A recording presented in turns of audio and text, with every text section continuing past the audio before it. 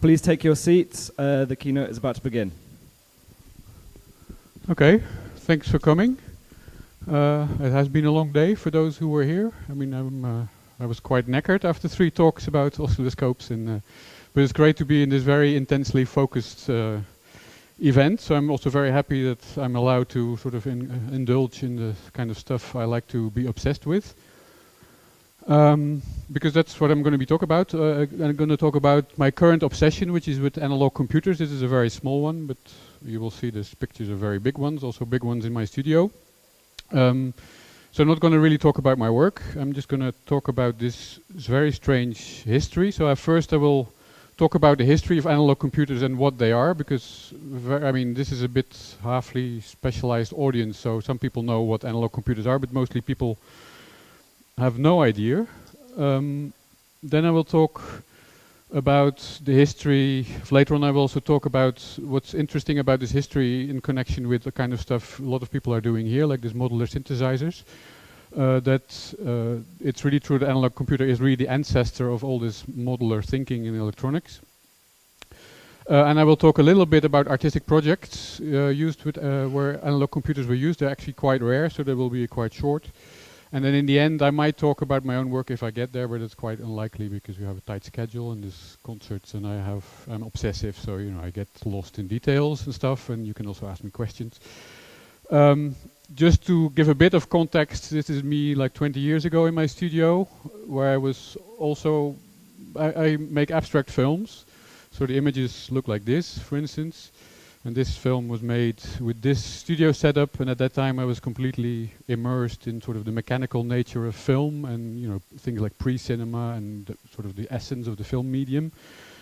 Later I was sort of immersed in code, so I was doing things which resemble artificial life, like physical models of things, so physical models of crystals, which I would then shine like virtual light through and make a film like this, for instance.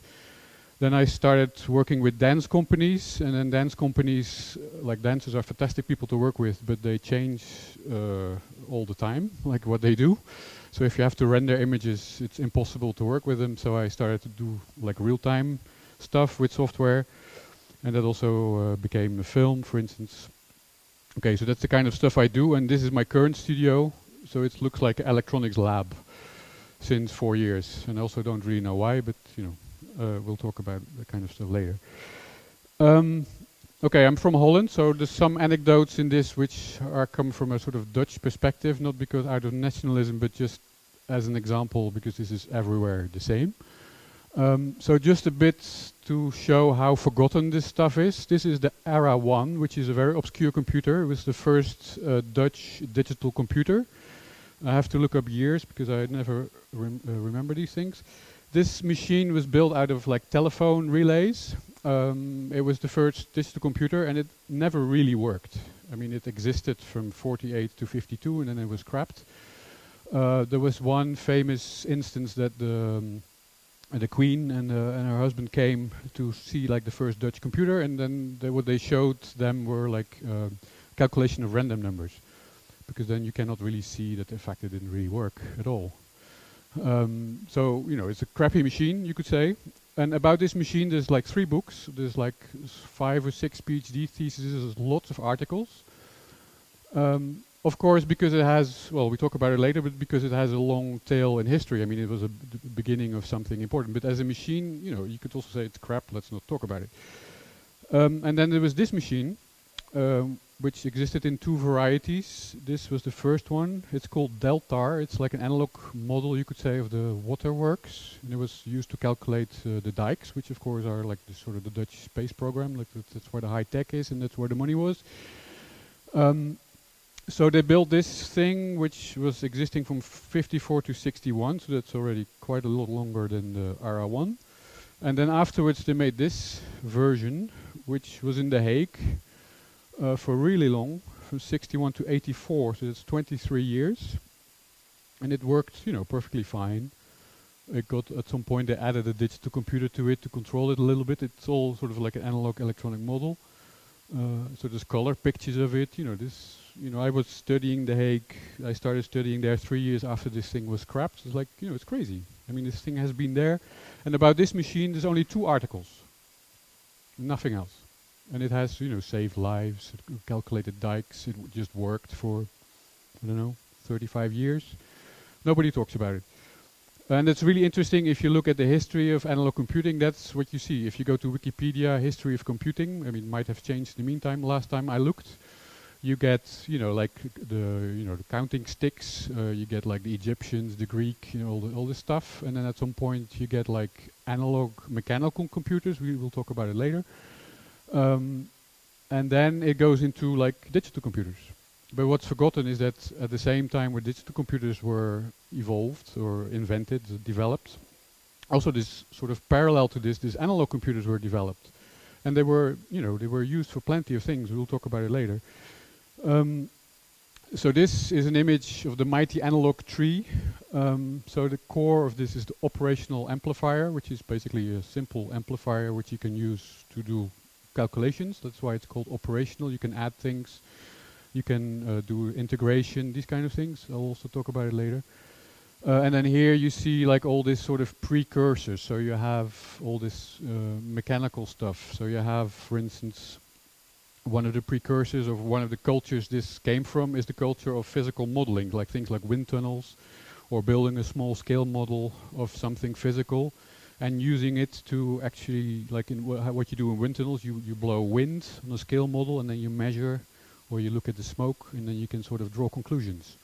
And you can say, well, it's a kind of calculation because you don't have, you do a kind of mechanical procedure, like how to make a model is sort of, it's automatic. You don't have to think about it. You put it in this thing, you measure. Everybody can do it. It doesn't depend on your own insight. You could say it's a kind of calculation. Okay, so this is one root of this tree. Then are these crazy machines which were called network analyzers. This one is at MIT, it's in the 30s. And they were started from, in the States, they had these huge electricity companies. I mean, everywhere you have huge electricity companies.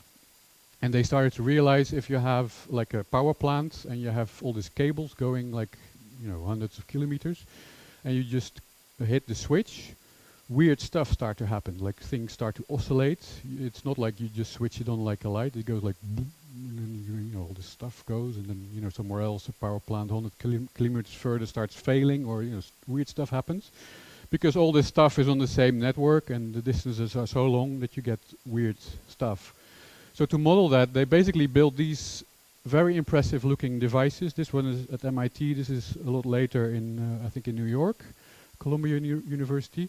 And basically all this stuff, there are basically knobs with passive components. So like this is not really a computer because it doesn't really do much. It's just like resistors, capacitors, like parts.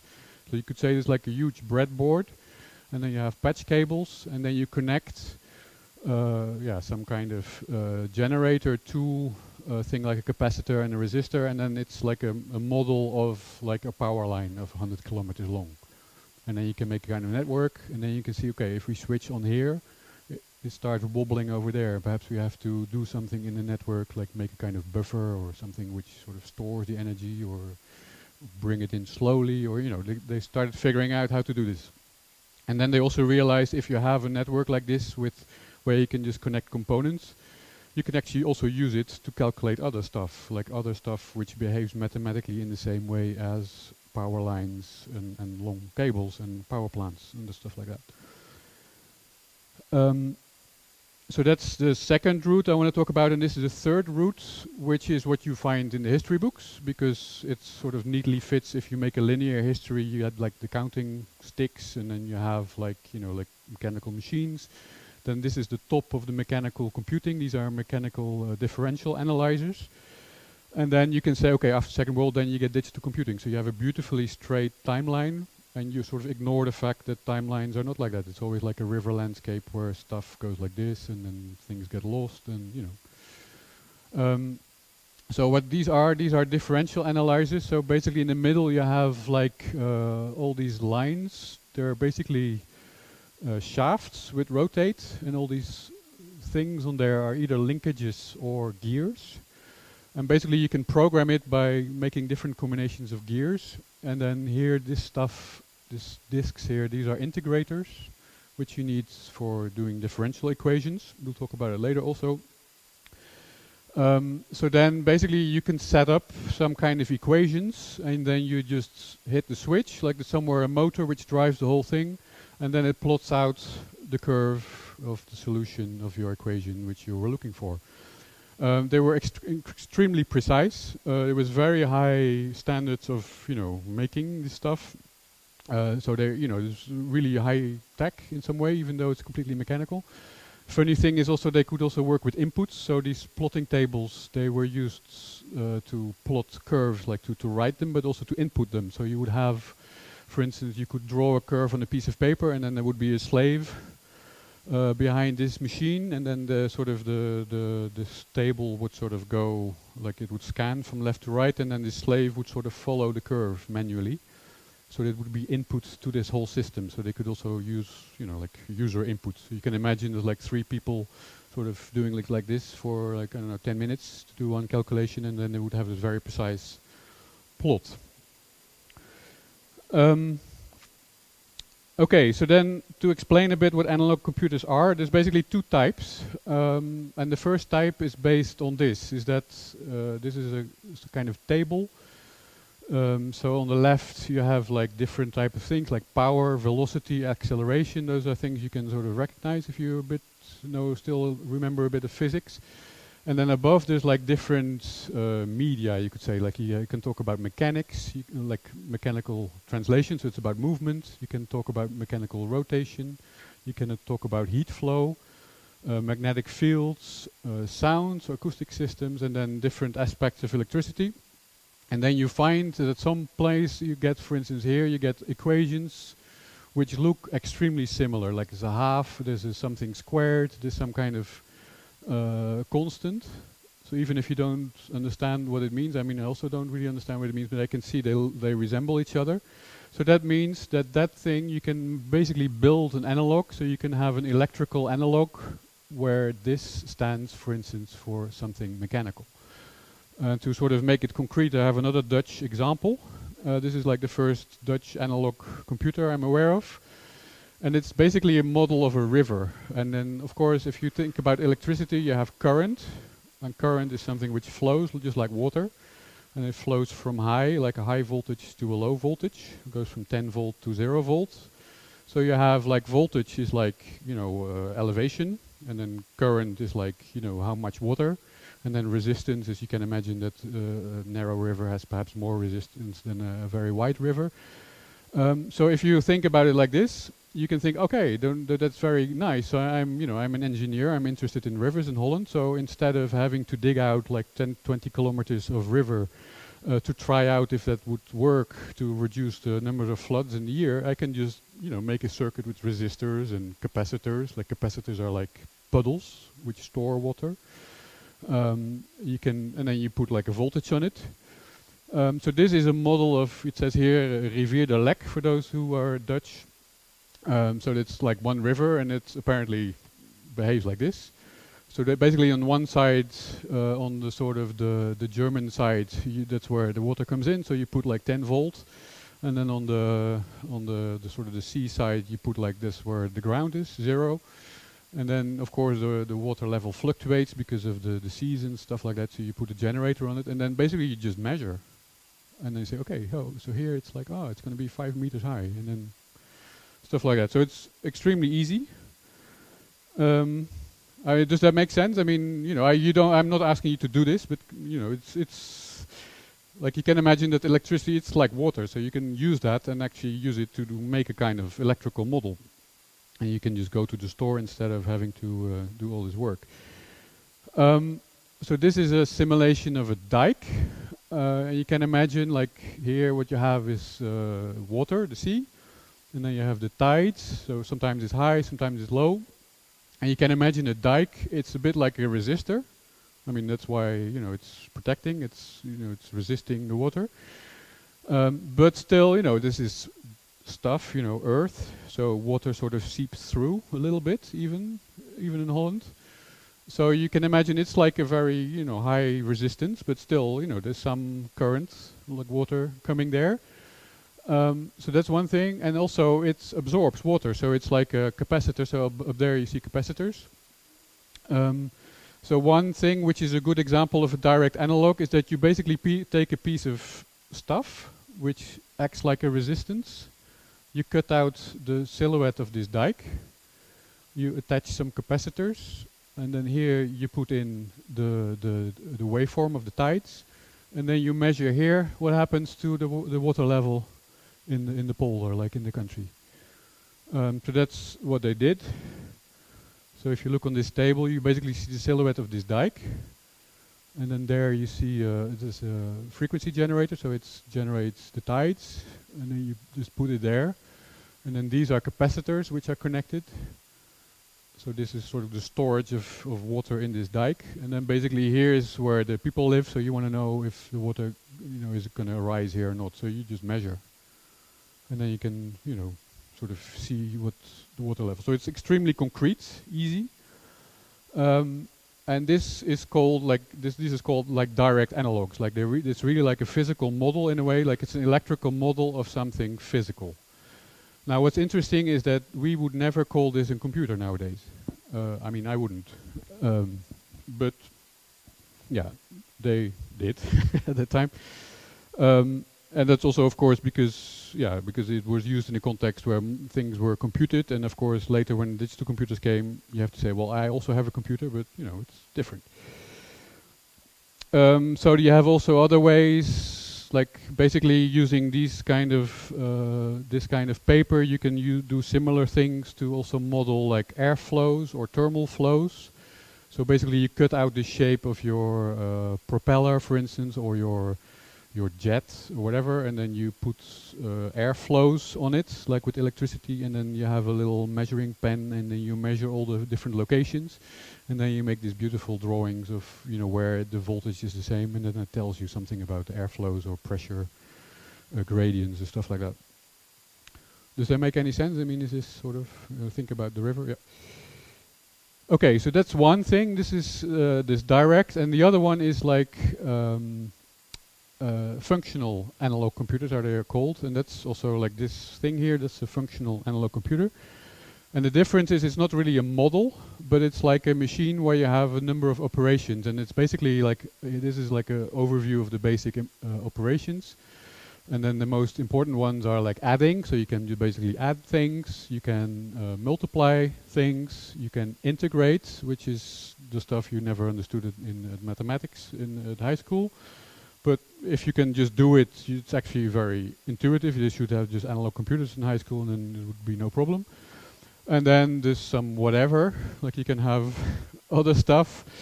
But those things like adding, multiplication, integration, that's basically but those basic blocks you can do pretty much most of the equations.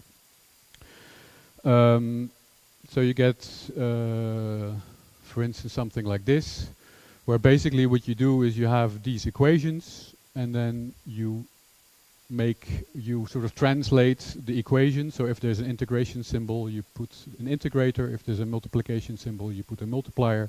You basically translate the equations into operations with voltage. And where you have in these direct models, you have that, for instance, voltage stands for something and current stands for something. Here, for instance, in these kind of functional analog computers, basically voltage is your medium. That's where the variables live. So you have one place is X, it has a certain value, another place Y has a certain value, but they're all voltages. Okay, so this is one of my analog computers, the big one. This is from '63. It's the first desktop computer in history, but you have to have a solid desktop. It weighs 300 kilos. So you need 4 people to lift it on your desktop. So you better have a desktop with wheels. But it's a desktop. And before this, this is the first generation of transistorized analog computers. Before this, these were tubes. I mean, I'll show pictures, and then it's you can't even lift it. This is the moment where we start to go into mad professor mode, because I had some slides, but it's much better to just. We have one here, so we can move. I can just show you stuff. This is also the moment where we run sort of over time, like you sort of know this is going to take much more time than planned. Okay, so what was we going to do? I just want to start with simple stuff. I mean, I'm going to stay with simple stuff anyway, but just to show you a bit how this works. Okay, so this is now a couple of times a second calculating 0, basically.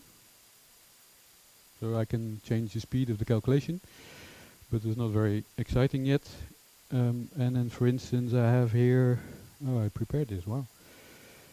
I have to sort of see where I can sit so you can see everything, and I can look at the screen. Well, okay, so here is number 3 here is a summer, and I have here 2 wires with voltage on them. So if I plug one in, you see it rises a bit. If you plug the other one in, it also rises a bit more. And if I plug them both in, I have added 2 voltages. Wow, that's great. Okay, so this is, it's basic, but so this is all voltages. There's no memory. There's no. I mean, in a way, I can also open it. It's, this is very simple. There's nothing in there. There's no memory. It's just op amps. Like this. These are really basic things. These machines were used until very late to teach basic electronics because it's, it's basic. It's fundamental, but it's also basic. Okay, so that's not so interesting. Just adding stuff. Then I turn this. I change this thing. So this becomes now an integrator, and then it becomes a bit more interesting. Because then I get a straight line up. And if I turn this knob here, I can. So this is integration. You just keep adding something, and every time you add something more, you get a line going up, which is already a bit more, interesting, complex. And then, for instance, if you do something here, I take the output of this thing, like this red here, and it goes through another knob, and I put it back in. Then you get already a kind of curve, mathematical curve, like a quadratic curve. So that's already, we're doing already some mathematics. Okay, so this is still super basic.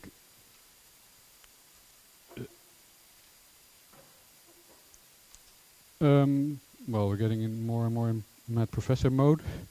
I switch to these amplifiers here, and I make a very simple circuit, which is kind of the classic demo circuit for oscilloscopes, apparently, because I've seen it many times already today. And it's a circle. And what's interesting, if you do a circle on a computer, I mean, I've heard 3 times today in the different lectures people say a circle on the oscilloscope. What you do, you take a sine wave, you put it on the x, and you take a cosine, you put it on the y, and then you have a circle. On the analog computer, you do the opposite. You basically do the equation of a circle, and then what you get is a sine and a cosine.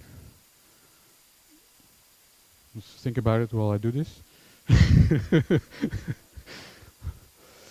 Okay, so this now should start working.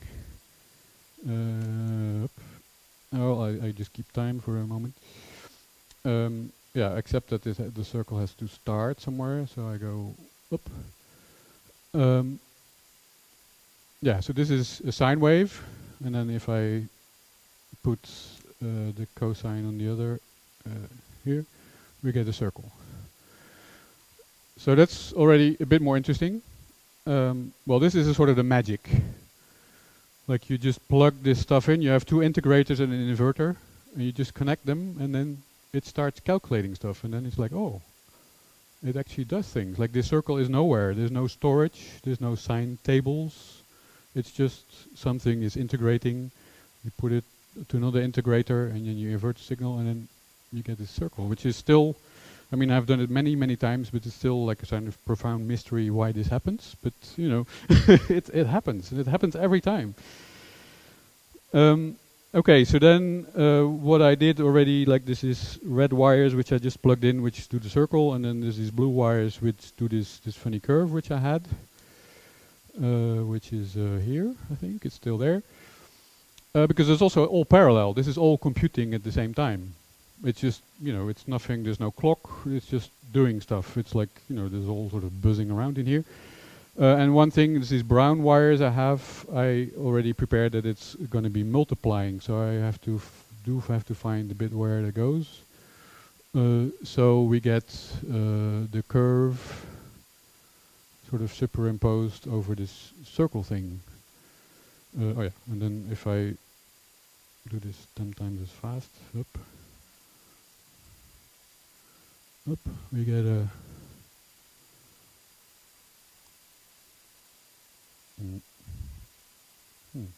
interesting. Okay, so then and then these, you know, with these knobs I can select which amplifier goes to which output, so I can sort of, oops, move my microphone. So you can sort of see that there's all kinds of projections of this thing in there. Basically combinations of all the different curves I have on the different amplifiers. Okay, does that make a bit of sense? So it's like, I mean, it's just, you know, I'm not asking you to do this, but just to show that this are just voltages, and you connect them, and then it starts behaving like kind of a generator. Okay, I go in a different Mad Professor mode. Look at the time. Okay, hopeless. Okay, so if you go to a sort of larger, like this is a really small machine, like you can do simple stuff on this, and the power of analog computers is in the number of amplifiers. So this bigger machine I have in the studio, it has 48 amplifiers, and this has 8. So in this bigger machine you can do much more, and also this has 2 multipliers, and this one I think has 6 of them or something. You know, it has more of everything. And what's also interesting is that these patches, to sort of save time, you can take them off. So you have patch panels you can actually lift. So it's like a kind of door. I mean, it feels a bit like a fridge door. They're heavy because they have to be very stiff. And then you sort of push them on, and there's a button which sort of says engage, and then there's this big electromotor, and it sort of starts, and it starts really pushing this thing into place, and you really don't want to put your fingers in between. Because this, of course, all these contacts, and you can sort of imagine like one of these modules has, I don't know, sort of like 16 contacts, and there's 48 of these modules, so it's like a lot of contacts, and you don't want to be messing around with this one contact which never works. I mean, it just has to work all the time. These machines were super expensive when they were built. Like this is from '63. They're built in the Cold War time. We'll talk about this later also. So the build quality is insane. Like if you drop this out of your window, you have a hole in the pavement, but the machine is still working. The parts in there are like incredible. Like lots of parts in there you cannot buy. I mean, I don't know. I mean, I have no military connections, but there's some parts in there, like I have no idea where you could buy them nowadays, because they're so insane quality, especially the capacitors. There's, for instance, there's resistors in all these modules. Like for a module like this, for instance, there's about 20 precision resistors. You can buy them, but they cost like 50 euros a piece. And there's like, I don't know, hundreds of them in this machine. So it's like, these are crazy machines.